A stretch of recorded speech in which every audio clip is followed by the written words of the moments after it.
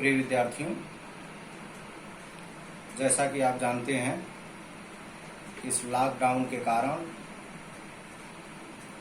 तमाम चीज़ें अव्यवस्थित हो गई हैं। इसी कारण अध्यापन कार्य भी कमोवेश बाधित हुआ है। मेरी कोशिश है कि विद्यार्थियों तक अपने लघु संसाधनों के द्वारा ही बातें और जानकारियां पहुंचाई जाएं। इसी क्रम में इसके पूर्व मैंने साउंड रिकॉर्डर करके कुछ बातें पहुंचाई थी, लेकिन अब मेरी कोशिश है कि सचित्र बात पहुंचे। अभी भी थोड़ी तकनीकी समस्या है, फिर भी आज मैं अयोध्या सिंह उपाध्याय हरिऔध जी के द्वारा रचित पवन दूतिका शीर्षक काव्य की व्याख्या, जो कि इनके प्रसिद्ध ग्रंथ प्रिय प्रवास से अवतरित है, पहुंचाने की चेष्टा कर रहा हूं। बंधुओं, आप जानते हैं कि प्रिय प्रवास हिंदी साहित्य खड़ी बोली का प्रथम महाकाव्य है। यूं तो हिंदी साहित्य के आदिकाल से ही महाकाव्य हिंदी में लिखे जाने लगे, किंतु खड़ी बोली हिंदी का काव्य द्विवेदी युग में लिखा गया, जो प्रिय प्रवास के रूप में सर्वप्रथम सामने आया। प्रिय प्रवास में हरिऔध जी ने विशेष रूप से राधा जी के चरित्र को उकेरा है। श्री कृष्ण के मथुरा चले जाने पर श्रीमती राधिका जिस वियोग दशा में पहुंचती हैं, उसका वर्णन इसमें बखूबी किया गया है। साथ ही साथ ब्रज की गोपिकाओं के वियोग को भी बतलाने की चेष्टा की गई है। आपको ध्यान देना होगा कि हिंदी साहित्य में आदिकाल से लेकर रीतिकाल या इत्यादि कालों में विरह का जो रूप हमारे समक्ष आता है, यहाँ इस काव्य में उसके रूप में परिवर्तन दिखता है। अभी तक विरहिणियां अपने ही दुख में दुखी रहती थीं, दूसरे की सुधि उन्हें नहीं थी, किंतु यहाँ राधा का विरह सिर्फ अपने में सीमित नहीं है, बल्कि दूसरों के दुखी देखने पर, दूसरों के दुखी होने पर वह खुद व्यथित हो जाती हैं और अपने दुख को भूलकर वो उनके दुख को दूर करने की चेष्टा करती हैं। यह एक नवीन अवधारणा हिंदी साहित्य में आई है। हमें देखना होगा, यही इसकी मार्मिकता है। यहाँ वह विरह नहीं है कि जिसमें विरहिणी अपने में ही खोई रहती है। आइए तो हम लोग देखते हैं।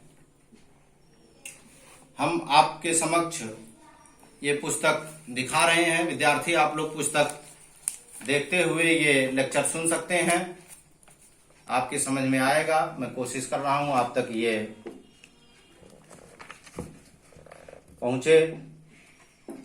ये आप लोग देख रहे होंगे, यहां से इसकी शुरुआत है। पवन दूतिका।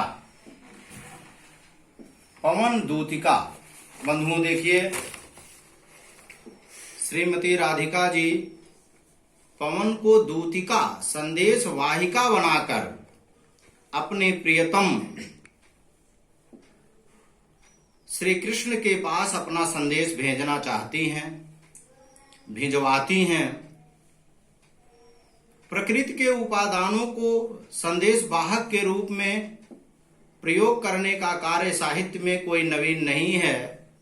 कालिदास ने मेघ को भी दूत बनाकर भेजा था और उनका मेघदूतम आप लोग जानते होंगे, बहुत प्रसिद्ध है।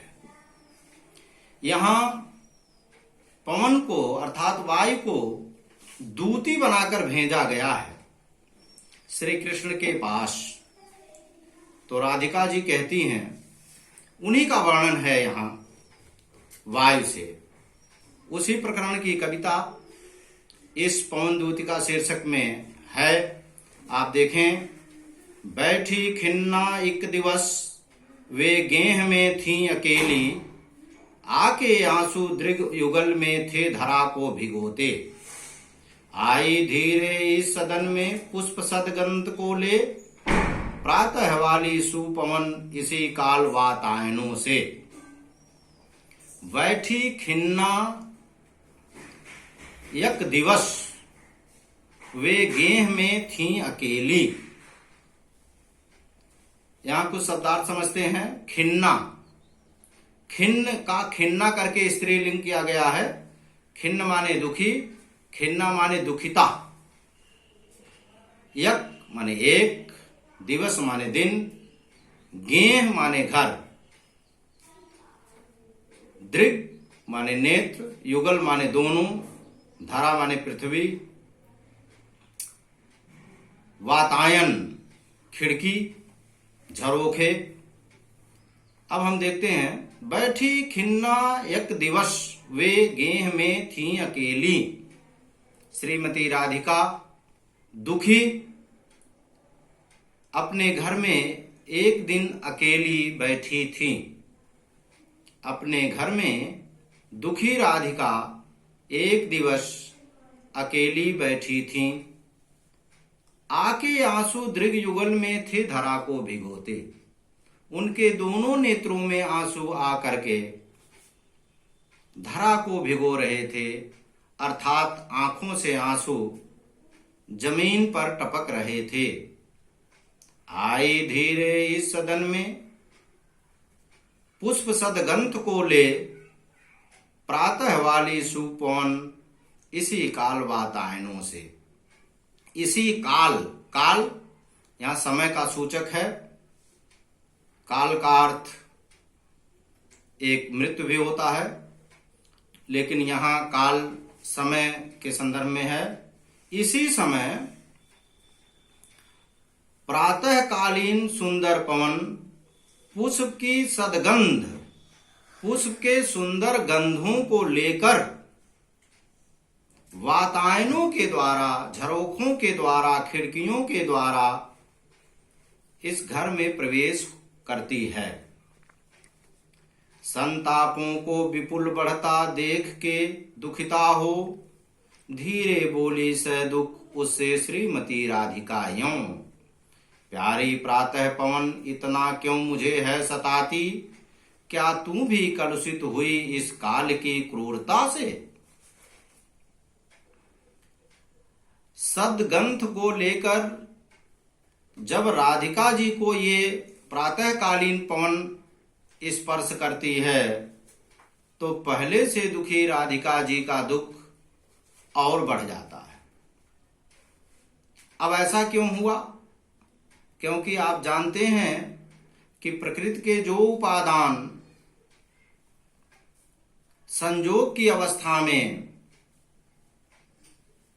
सुखद होते हैं, वही उपादान वियोग की अवस्था में भी उद्दीपन का कार्य करते हैं, उसे और बढ़ा देते हैं। तो यहां प्रातःकालीन सुंदर सुखद वायु भी राधा जी के इस विरह वेदना को बढ़ा देती है। तो इस प्रकार उनके संताप, उनके दुख और बढ़ते हुए चले जाते हैं और इससे दुखित होकर राधिका जी धीरे से दुख के साथ बोलती हैं। यूं इस प्रकार बोली। क्या बोली? पवन से बोल रही हैं कि प्यारी प्रातः पवन, इतना क्यों मुझे है सताती। हे प्यारी प्रातः कालीन वाली पवन, तुम मुझे इतना क्यों सता रही है? क्या तुम भी है कलुषित हुई काल की क्रूरता से? काल की क्रूरता से क्या तुम भी कलुषित हो गई है? क्या तुम भी मलिन हो गई है? काल का यहां संदर्भ यह है कि इस समय राधिका जी खुद दुखी हैं। काल अर्थात समय ने उन्हें खुद दुख दिया है और उसके संसर्ग में रहकर क्या प्रातःकालीन पवन तुम भी क्रूर हो गई है जो मुझे सता रही है? मेरे प्यारे नवजलद से कंज से नेत्र वाले, जाके आए न मधुबन से और न भेजा संदेशा। मैं रो रो के प्रिय विरह में बावली हो रही हूं, जाके मेरी सब दुख कथा श्याम को तू सुना दे। अब राधा जी वायु से कह रही हैं कि मेरे प्यारे नव जलद से, मेरे प्यारे प्रियतम नव जलद से, नव नवीन, जलद माने कमल, नवीन कमल के भांति शरीर वाले मेरे प्यारे, कंज से नेत्र वाले, कंज का अर्थ भी कमल होता है, तो कमल के समान नेत्र वाले श्री कृष्ण जाके आए न मधुबन से, मधुबन से जाकर आए नहीं, और न भेजा संदेशा, और कोई संदेश भी नहीं भेजा। मैं उनके विरह में रो रो के बावली हो रही हूं, मैं उनके विरह में रो रो के बावली हो रही हूं। मेरे दुख का कारण विरह ही है, जाके मेरी सब दुख कथा श्याम को तू सुना दे। हे प्यारी बाई, तुम मेरी दुख कथा जाकर श्री कृष्ण को सुना दे। ज्यों ही मेरा भवन तज तू अल्प आगे बढ़ेगी, शोभा वाली सुखद कितनी कुंज मंज कुंजे मिलेंगी। प्यारी छाया मृदुल स्वर से में मोह लेंगी वे तुझे, तो भी मेरा दुख लख वहां जा न विश्राम लेना। यहां प्यारी राधिका जी कह रही हैं, श्रीमती राधिका जी कह रही हैं वायु को समझाते हुए कि मार्ग में क्या क्या मिलेगा, मार्ग कैसा होगा, तो रास्ते को बतला रही हैं कि रास्ता कैसे कैसे जाएगा। इसी संदर्भ में वो कह रही हैं कि ज्यों ही मेरा भवन तज, तज माने त्याग कर, अल्प माने आगे। हे प्रिय वायु, जैसे ही मेरा भवन, मेरा घर छोड़कर तू थोड़ा ही आगे बढ़ेगी, जाएगी, वहां शोभा वाली सुखद कितनी मंजु कुंजे मिलेंगी। वहां सुख देने वाली, शोभाशाली, पता नहीं कितनी सुंदर कुंजे मिलेंगी। कुंज छोटे बागीचे तुम्हें मिलेंगी। प्यारी छाया मृदुल स्वर से मोह लेंगी तुझे वे।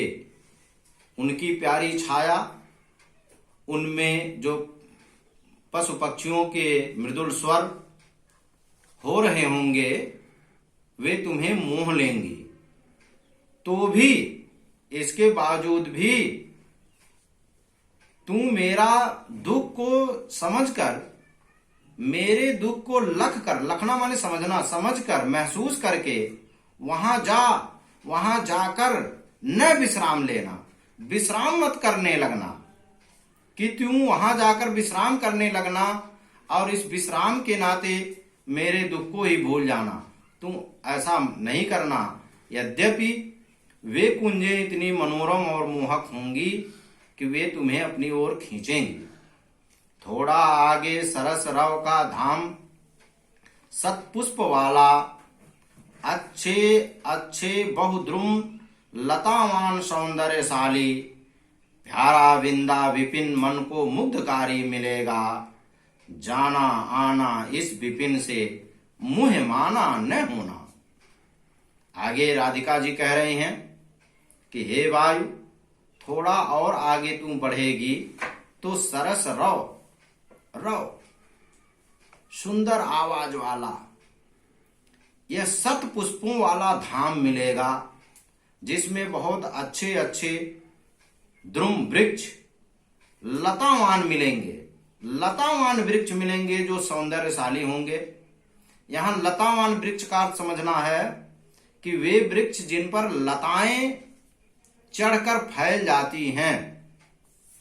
तो जिन वृक्षों पर लताएं चढ़ जाती हैं, उन्हें घेर लेती हैं, उनकी छाया अत्यंत सुखद होती है। उसके नीचे तनिक भी सूर्य का प्रकाश या सूर्य की किरणें नहीं आ पाती, सूर्य की उष्मा बिल्कुल नहीं आ पाती।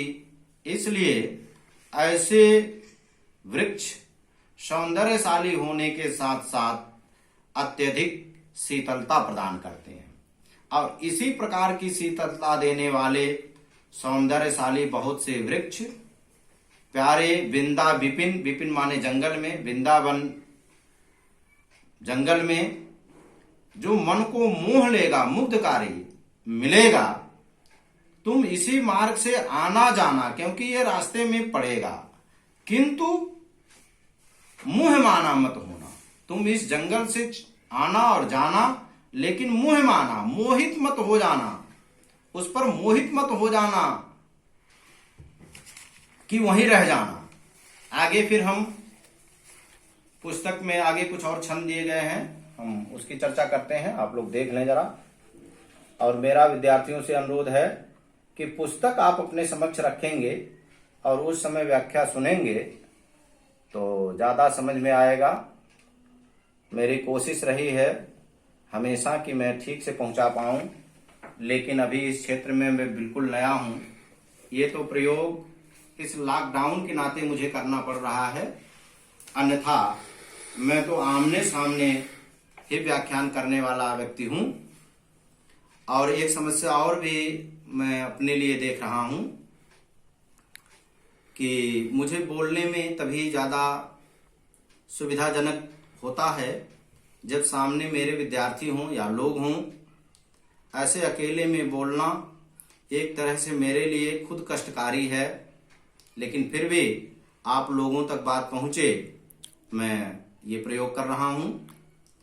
आगे राधिका जी कह रही हैं, जाते जाते अगर पथ में क्लांत कोई दिखावे, तो जाके सन्निकट उसकी क्लांतियों को मिटाना।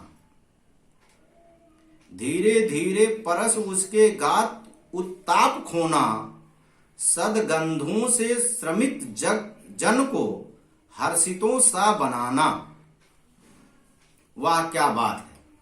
आप देखें तो सही, आपने सुना होगा, फिल्म का गीत है, उसकी एक लाइन मुझे याद आ रही है इस संदर्भ में कि औरों का गम देखा जब मैं, अपना तो गम भूल गया।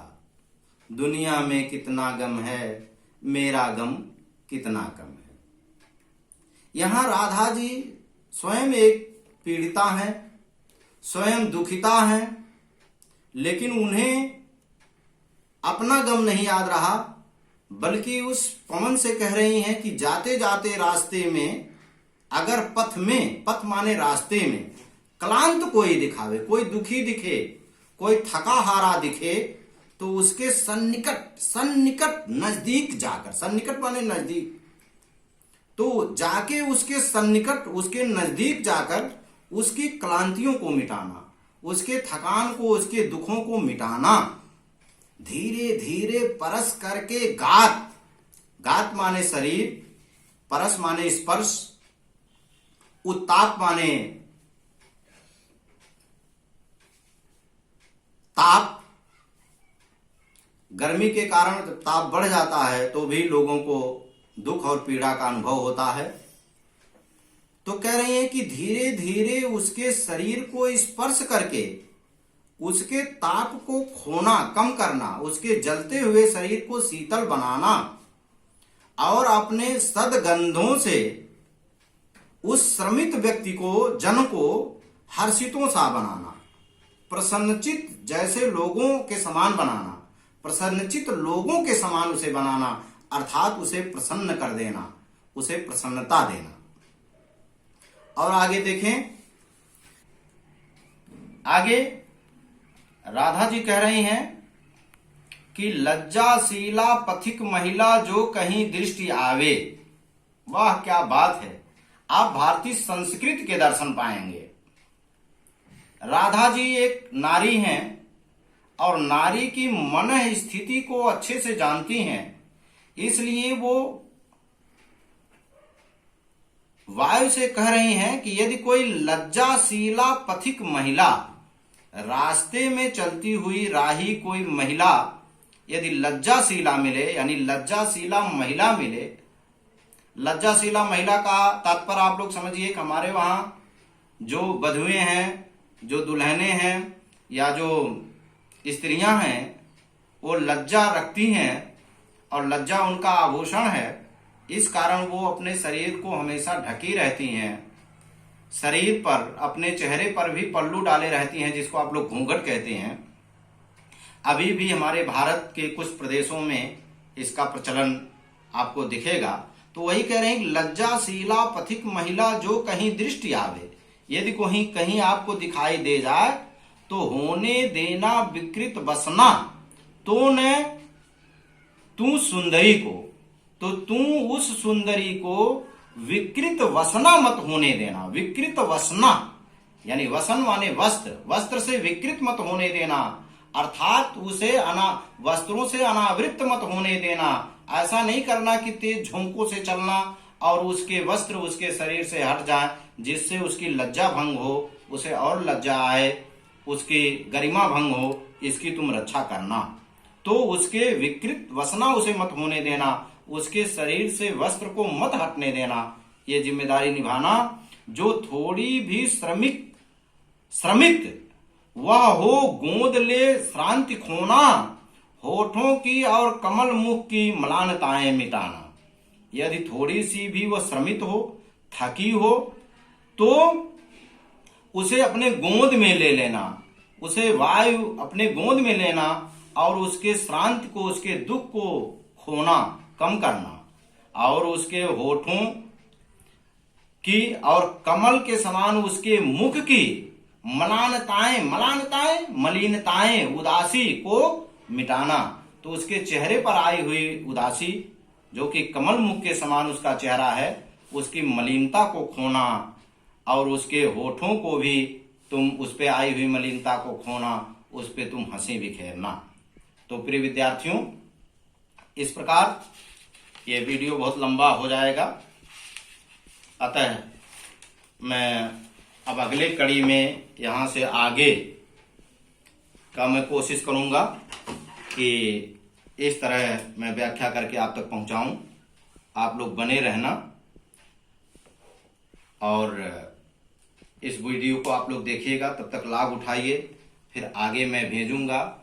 प्रिय विद्यार्थियों, आप लोग घर पर रहते हुए अध्ययन खूब करें, जो चीजें आप तक पहुंचाई जा रही हैं उसे देखें, मनन करें, चिंतन करें और अपने पुस्तकों से पढ़ें, अपनी पुस्तिका को व्यवस्थित करें। आगे फिर मैं चर्चा करूंगा। धन्यवाद।